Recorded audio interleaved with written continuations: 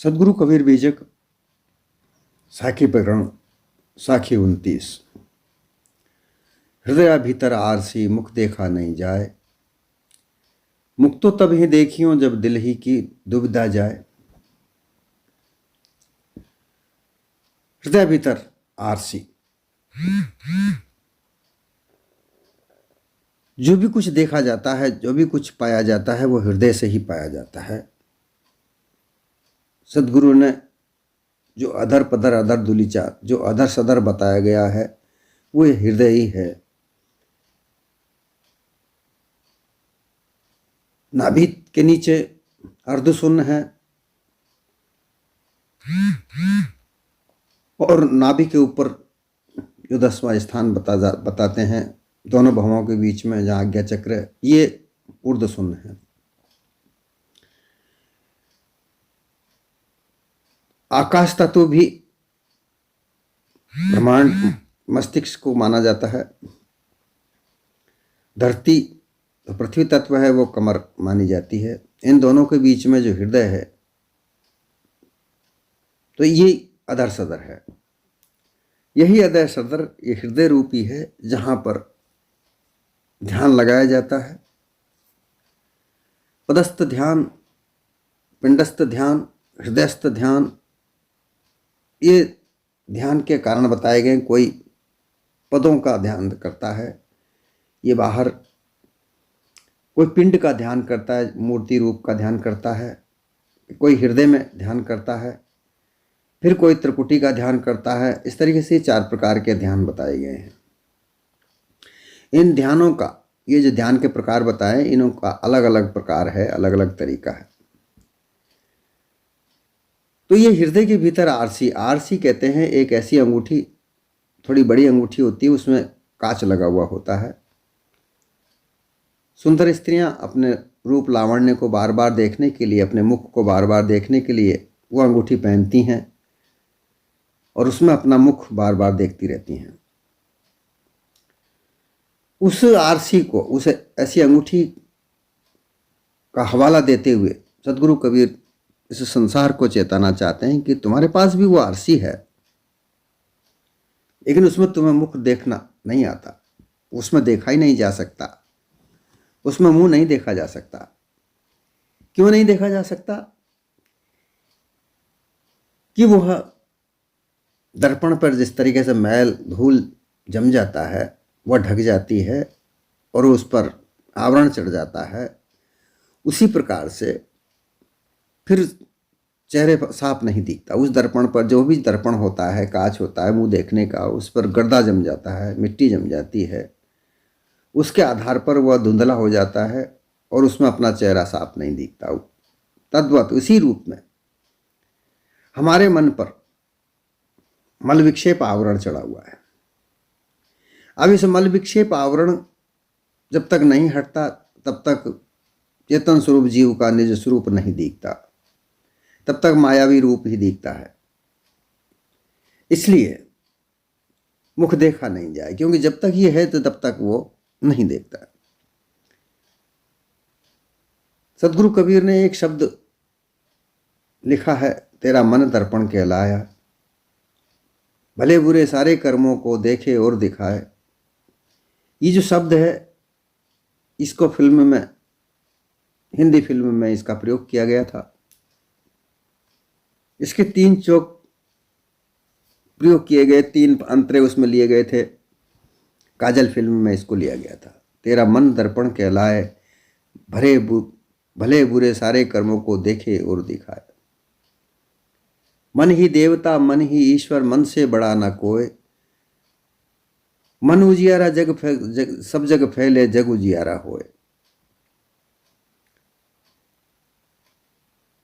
मन से कोई भेद छुपे ना, मन की आंख हजार। इस तरीके से वो एक शब्द है। तो ये दर्पण, मन जो है, ये दर्पण है। ये जो भी इसमें परछाई दिखती है, वही चेतन स्वरूप जीव तक पहुंचती है और उसी को देखकर ये चेतन स्वरूप जीव अपना भास बनाता है, अध्यास बनाता है और उसी से इसके संस्कार बनते हैं और उन्हीं मान्यताओं में ये बंध जाता है। कई जगह प्रश्न उठते हैं कि क्या चेतन स्वरूप जीव बंधन में है? ये तो बंधन में नहीं है, ये तो निर्बंधन है, ये हमेशा निर्बंध होता है, ये बंधन में आता ही नहीं, ना जन्म मरण में आता है, ना आवागमन में आता है। ये चेतन स्वरूप जीव एक रस, अटल, अविनाशी, अमर है।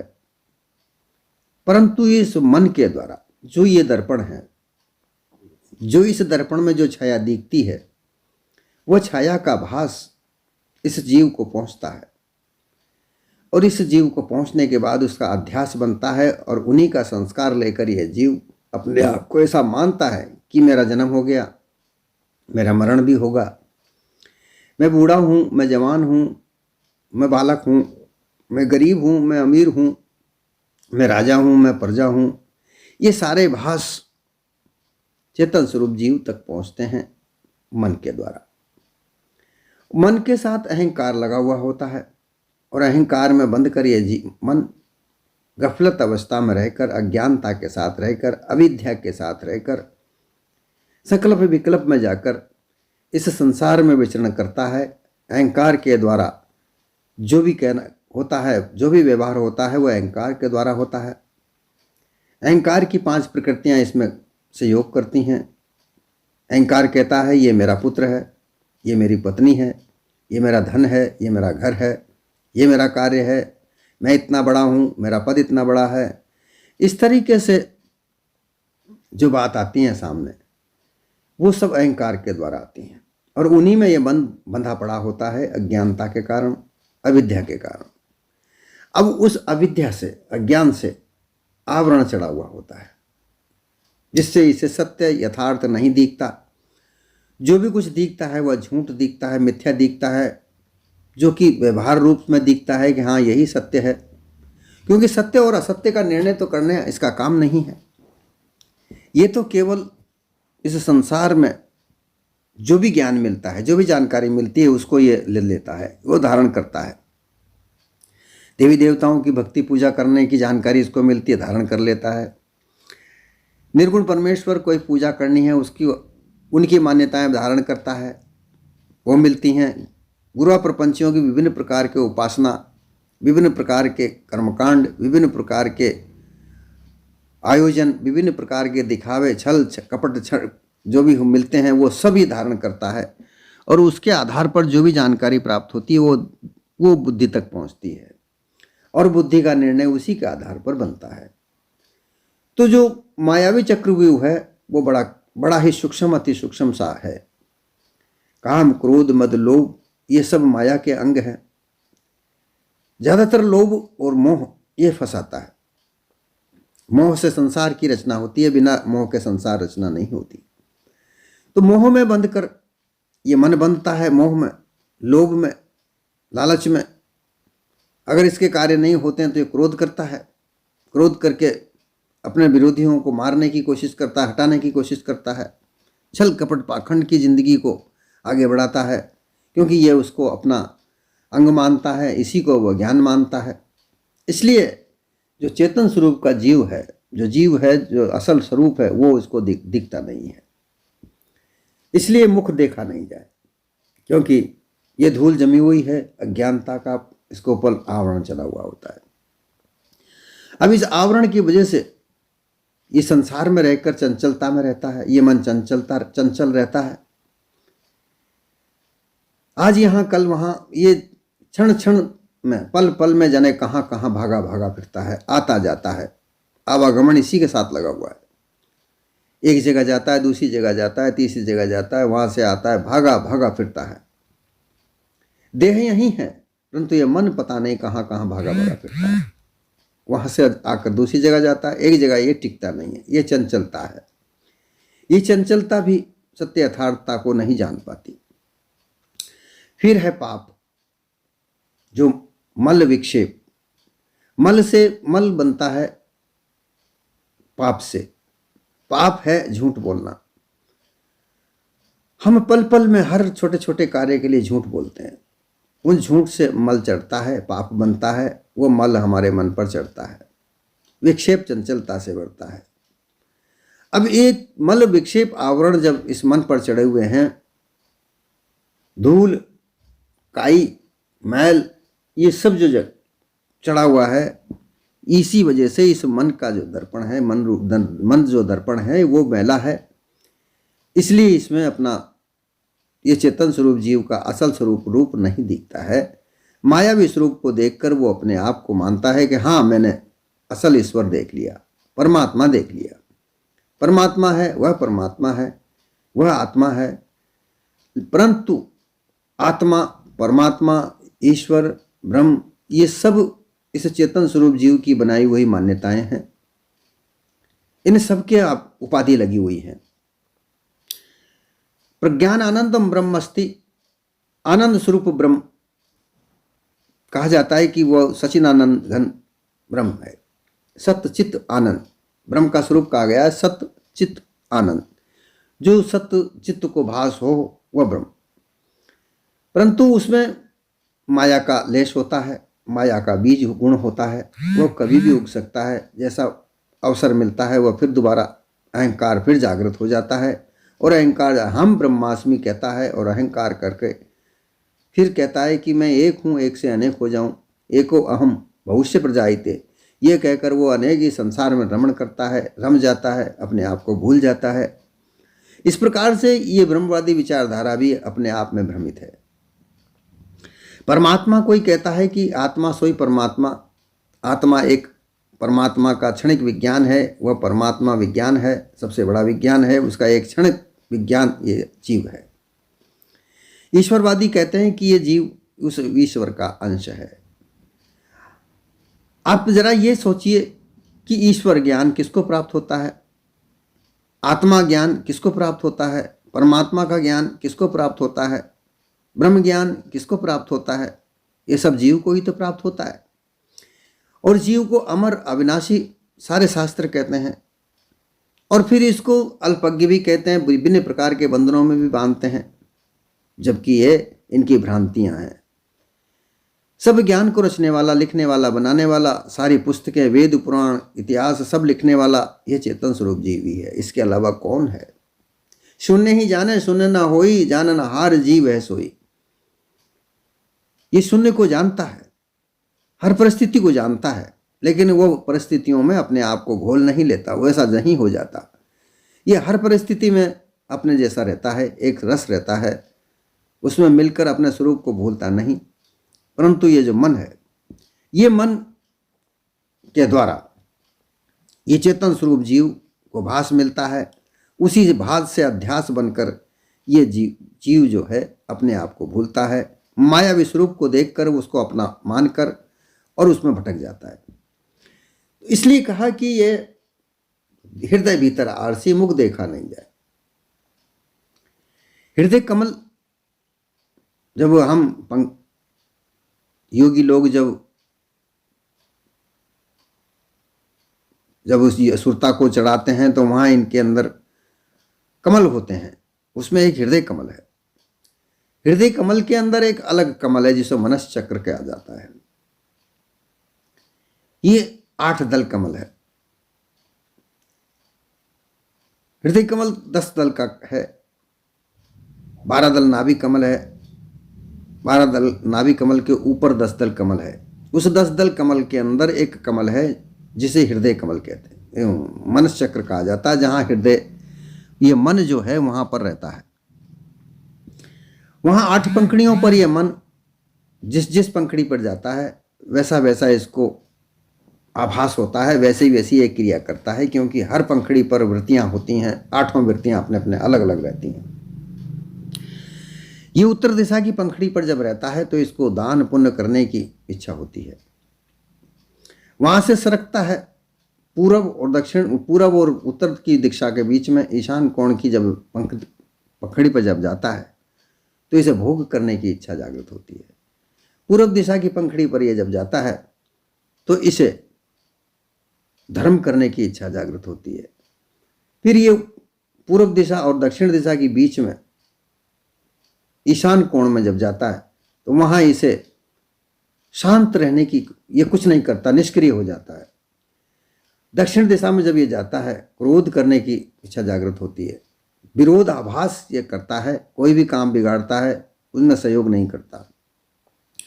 दक्षिण दिशा से पश्चिम दिशा के बीच में जब वायव्य कोण के अंदर जाता है तो वहाँ इसको नए नए कार्य सृजन करने की इच्छा जागृत होती है। फिर ये दक्षिण दिशा पश्चिम दिशा में जब जाता है तो वहाँ इसे पाप करने की इच्छा जागृत होती है, झूठे कर्म करने की इच्छा होती है। फिर ये पश्चिम दिशा और उत्तर दिशा के बीच की जो नैसत्य कोण है वहाँ पर जाता है तो वहाँ की इसकी अलग इच्छाएं जागृत हो। इस तरीके से 8 पंखुड़ियों पर अलग अलग इच्छाएं हैं, वो इस मन को वैसा ही करती हैं। तो ये हृदय के भीतर, ये हृदय कमल के भीतर मनस चक्र है, जो मन चक्र जहाँ पर रहता है उस मन को पकड़ने की जो विधियाँ विभिन्न प्रकार के मतपंथ में अलग अलग तरह से बताई हैं। कोई योग के द्वारा पकड़ता है, कोई ध्यान के योग से पकड़ता है, कोई समाधि से पकड़ता है। सतगुरु कबीर ने इस मन को पकड़ने के लिए सहज समाधि बताई। ना योग करने की आवश्यकता है, ना ध्यान करने की आवश्यकता है, ना किसी प्रकार के और अन्य प्रकार के जप तप करने की आवश्यकता है। इसे सहजता से पकड़े। साहिब ने कहा, संतो सहज समाधि भली है, गुरु प्रताप भयो जा दिन से सुरत ना अंत चलिए। जहां जहां जाऊं सोई परिक्रमा, जोई सोई करूं पूजा। खुली आंख से साहिब निहारूं, भाव निकारूं दूजा। मतलब इस संसार में रहते हुए व्यवहारिक रूप से इस संसार में चेतन स्वरूप जीव इस देह में रहकर अपने स्वाभाविक कार्य करे, इन कार्यों को ही पूजा माने और इसमें छल कपट पाखंड से दूर रहकर जहाँ भी जाए। जो लोग परिक्रमा करने जाते हैं विभिन्न देवी देवताओं की, विभिन्न तीर्थ यात्राओं की, उनसे क्या होना है? परिक्रमा तो वो कहलाती है जो परोपकार के लिए जाए। जो भी कार्य करे वो परोपकार के लिए करे, वो परिक्रमा है, वो पूजा है। उनमें सब में ही लाभ मिलता है, ये मन स्थिर होता है। इसलिए ये जो मुख नहीं देखा जाए, छल कपट पाखंड हटाने से ही दिख पाता है, मल विक्षेप आवरण को हटाने से मिलता है। मन को पकड़ने की जो प्रक्रिया है वो यही है कि ये मल विक्षेप आवरण ये इस मन से हटे। अब मल जो पाप हटाने की प्रक्रिया है वो यह है कि पाप झूठ से बनता है। अब इसको हटाने के लिए सर्वप्रथम तो ये व्रत लिया जाए कि मैं सच बोलूँगा, कभी झूठ नहीं बोलूँगा, हमेशा झूठ नहीं बोले, सच का प्रयोग करे।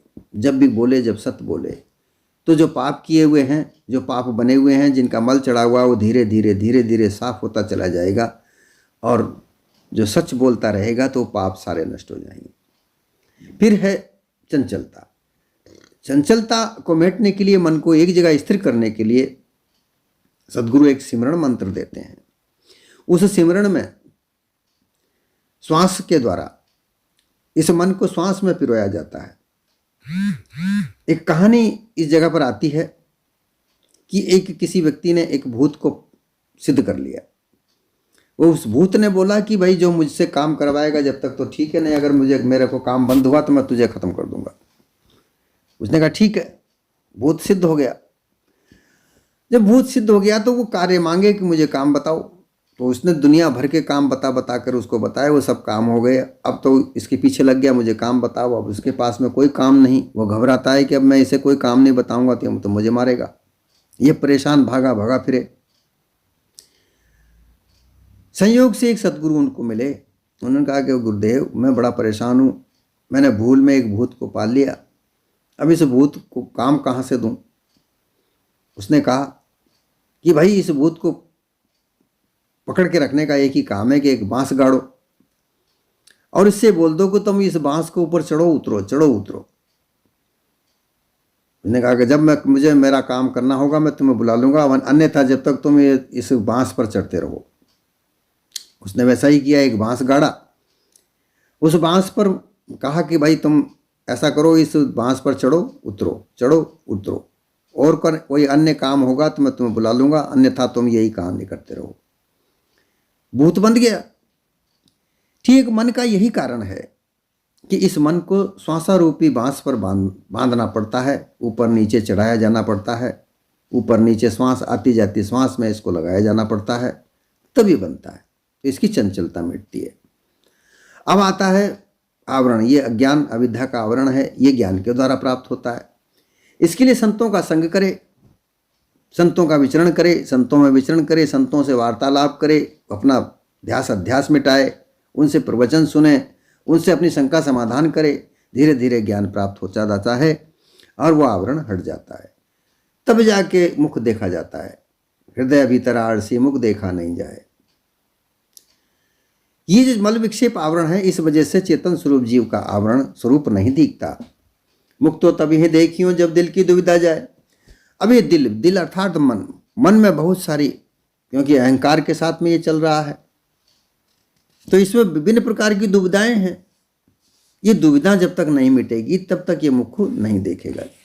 मैंने बताया ना कि मल विक्षेप आवरण से इस संसार में रहते हुए हजारों प्रकार की दुविधाओं में ये मन बंधा पड़ा है, विभिन्न प्रकार के बंधनों में बंधा पड़ा है। तो अब मुक्त कैसे हो? मुक्ति लेनी है तो मन को लेनी है। जीव, चेतन स्वरूप जीव तो हमेशा मुक्त है, उसे मुक्त लगने की क्या जरूरत है? मुक्ति चाहिए तो मन को चाहिए, क्योंकि बंधा हुआ तो मन है। अब यहां से छूटने के लिए उसे ये दुविधाओं को दूर करने के लिए सदगुरु के सत्संग में जाए। चित्त बुद्धि मन आदि सर्वदा साथ साथ रहते हैं। सूक्ष्म देह का संबंध जीव के साथ सर्वदान से है। मुख अपने मुख्य चेतन स्वरूप को सब कोई नहीं देख सकते, नहीं जान सकते। इसलिए इसको समझना चाहिए कि हमेशा अपने आप को सत्संग में लगाए। सत्संग में लगाकर क्या सत्य है, क्या असत्य है और क्या असत्य है, इसका जानना, जानकार बने। इस मन को उसमें लगा के रखे ताकि सत्य और असत्य का पता लगे। सत्य और असत्य का पता लगने पर सत्य को धारण करता रहे और सत्य असत्य का त्याग करता रहे। जब हृदय से चित्त बुद्धि आदि अनेक प्रकार के विषय वासना से दूर होंगे, मोह से दूर होगा, अहंकार से ब्रह्म भूल मिटेगी, अनुमान कल्पना से, वाणी की मिथ्या मानिंदी से, इनसे सबसे धीरे धीरे धीरे धीरे जब ये मन अपने आप हटने लगेगा। यहाँ ये बात नोट करने की आवश्यकता की है, जरूरत है, समझने की जरूरत है कि जैसा मन को ज्ञान मिलता है वह वैसी ही धारणा बनाता है और वही धारणा चेतन स्वरूप जीव तक पहुंचती है। इसलिए हम बार बार ये कहते हैं कि संतों का संग करें और उन संतों का संग करें जो वास्तव पारखी संत हैं। अन्यथा वेदांती योगी ये सब अनुमान कल्पना में फंसे पड़े हैं। ये अपने निज स्वरूप की प्रार्थना क्या बताएंगे, क्योंकि ये तो अपने आप को किसी और कर्ता धर्ता के शरण में जाकर के पड़े हुए हैं। ये खुद ही अपनी भ्रांति नहीं मिटा सके तो अन्य और की भ्रांति क्या मिटाएंगे? शरणागत की भ्रांति कैसे मिटा सकते हैं जबकि इनकी खुद की भ्रांति इनसे मिटी नहीं है? इसलिए सतगुरु पारखी जो मिल जाए उनके शरण में जाए, उनकी सत्संग करे, उनसे अपने निज स्वरूप की जानकारी प्राप्त करे। मन को जैसा जैसा ज्ञान प्राप्त होता है वो उसका वैसा ही धास बनता है और वो भास जो है चेतन स्वरूप जीव तक पहुंचता है। और जब भ्रांति मिटती है, क्योंकि चेतन स्वरूप जीव का रूप स्वरूप अलग है, वो ज्ञानाकार है, वो अविनाशी है, और भास मिल रहा है कि जीव तो अल्पज्ञ है, ये जन्म मरण में आता है, ये बंधन में बंधा पड़ा है। ये जो भास मिलता है ये संगत के अनुसार मिलता है। संगत सार अनेक फल। संगत जैसी संगत करेंगे उसी प्रकार से इस मन को भास प्राप्त होगा, ज्ञान प्राप्त होगा, उस ज्ञान का भास बनेगा और उस भास से ही आगे चलकर इस चेतन स्वरूप जीव को ध्यास मिलता है। इसलिए यह आवश्यक है योगी ज्ञानी गुरुआ प्रपंची लोगों से अलग हटकर। हम शिकायत तो कर सकते हैं कि बड़े बड़े मठाधीश, बड़े बड़े संत महात्मा अपने पैर धुलवाते हैं, करोड़ों रुपया उनकी संपत्ति है, वो ऐसा कर रहे हैं, वो वैसा कर रहे हैं। इस संसार में सभी प्रकार के लोग हैं, क्या साधु, क्या सन्यासी, क्या गृही, क्या बैरागी, क्या चोर, क्या साहूकार, क्या न्यायकर्ता, ये सब माया में बंधे पड़े हैं। माया से अलग हटकर कोई बिरला ही पार होता है। और ऐसी बात नहीं है कि इस संसार में ऐसे लोग नहीं हैं, ऐसे लोग भी हैं, परंतु उनको खोजा जाना चाहिए। ये सब सत्संग के द्वारा मिलते हैं। अगर हम सत्संग का ही विरोध करने लगेंगे तो संतों का वास तो सत्संग ही है। सत्संग के द्वारा ही हमको संत प्राप्त होंगे। और उस सत्संग में जो भी संत मिल जाए उनकी जांच परख करे।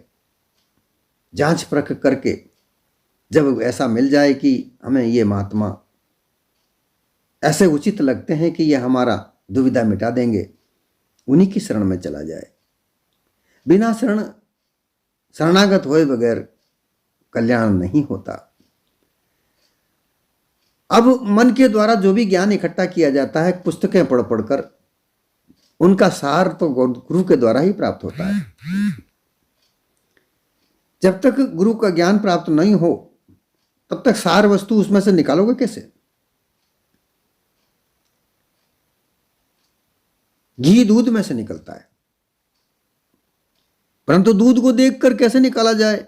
जब तक उसकी विधि तुम्हें पता नहीं है कि इसमें से दूध कैसे निकलेगा, तो दूध कैसे हाथ आएगा भाई? दूध में से घी निकालने की विधि पहले सीखी जाती है। इसी प्रकार से इस संसार में जो दूध रूपी अज्ञान फंसा पड़ा है, फैला पड़ा है, इसी में से ज्ञान रूपी घी निकालना है। और वो कैसे निकालना है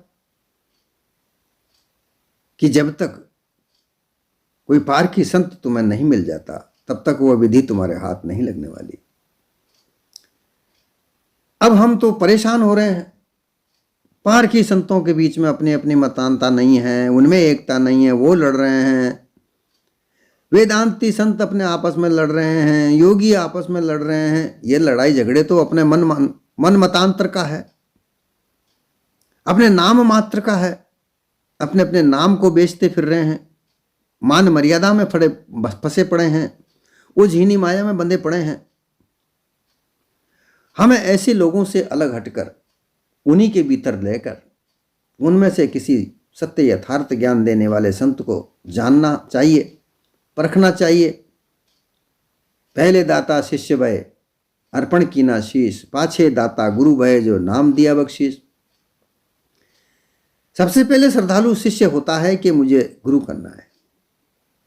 वो बात अलग है कि बिना गुरु के लोग भी हैं, बहुत सारे नुगरे घूम रहे हैं, लेकिन अब उनको ये भेद पता ही नहीं है। वो कहते नहीं नहीं, हम तो बिना गुरु के ही ठीक हैं। तो अब उनका क्या किया जाए? नुग्रोते हैं लेकिन उनको गुरु मर्यादा की कोई भावना नहीं है, श्रद्धा ही नहीं है गुरु मर्यादा की ओर, तो उनको क्या किया जाए? वो तो वैसे ही रहेंगे और बढ़ चढ़कर गुरु लोगों के सामने आकर के बड़ी बड़ी बातें भी करेंगे। गुरु दयालु होते हैं, संत दयालु होते हैं, ऐसे लोगों को अपने शब्दों से फटकार नहीं लगाते।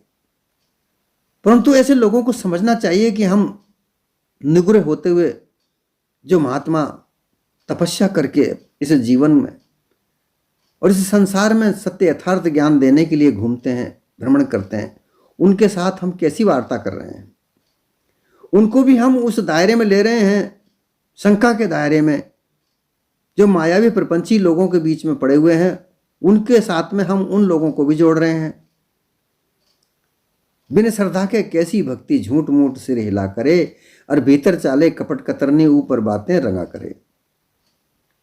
इसलिए सतगुरु की शरण में जाकर सत्संग करे, विवेक वैराग जागृत करे, तब जाकर के ये जो आरसी है, ये जो मन जो दर्पण है, ये साफ होगा। और किसी को कुछ नहीं करना है, किसी को प्राप्त करने की इच्छा नहीं रखनी है, केवल ये मन है, इसको साफ करने की अभिलाषा रखे। ये मन साफ जब हो जाता है, मन साफ होने के बाद जब चेहरा साफ इसमें दिखता है, तो माया से रहित चेतन स्वरूप जीव ही इसमें दिखता है और कोई दूसरा इसमें दिखता ही नहीं है। ये बात सभी को समझनी चाहिए।